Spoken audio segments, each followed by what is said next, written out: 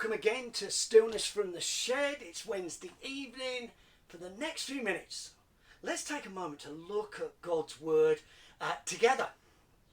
You know, the other day, I was taken back to my childhood when our Beth sat down to watch a film and passed over a bucket of popcorn. But this wasn't any old bucket of popcorn. This was sweet and salty. Yep, you'd like that, wouldn't you? But see, sweet and salty. See, we love things like salted caramel, chocolate covered bacon, ice cream and pretzels, and the classic combination, French fries dipped in milkshake, especially now McDonald's is open. I wonder whether your mouth's watering, or does it sound all a little bit weird? The marriage of salty and sweet things, well, they shouldn't really work, should they? But magically they do, and you can't get enough of them. Do you know the science behind that is a phenomenon? That apparently we as human beings are created, we are wired to desire such a variety of foods. But where did these things come from? Salted caramel, for instance. Well, you'd be surprised.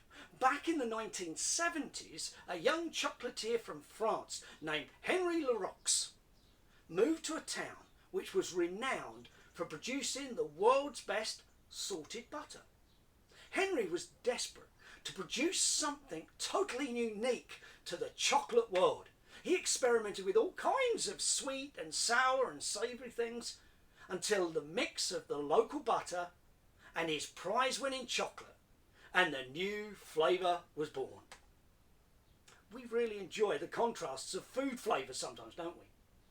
However, it's much more difficult to swallow the sweet and savoury moments of life.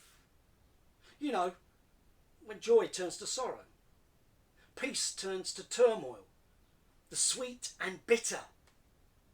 King Solomon, when he wrote the book of Ecclesiastes, in chapter 3 says this: there is a time and a season for everything, and a season for every activity under heaven. Ecclesiastes 3. Then he goes on to compare a list of the sweet and the savoury, the moments in our everyday lives here on earth. But how are we supposed to face up to the shifting challenges?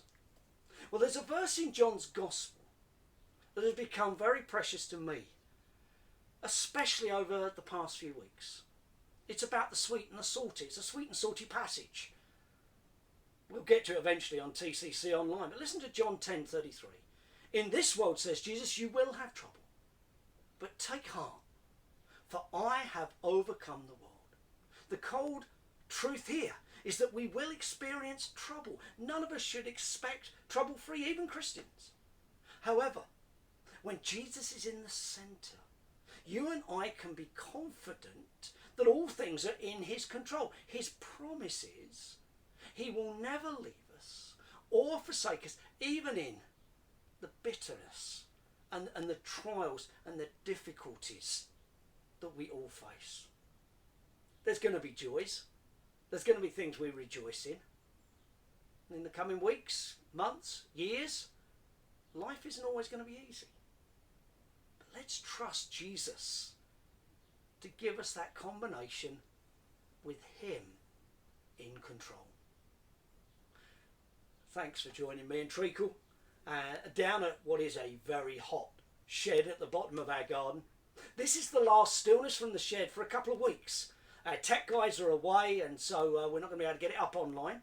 But I hope that you might be able to go back, look at some other of the devotions that we've done over these months, and maybe refresh your mind of just what God's got to say to you. I hope that the rest of tonight and into the rest of this week, you will know God's blessing. And I'll see you on Sunday morning at the Cellar Church online, 10 o'clock. Hope to see you there. In the meantime, Lord bless you.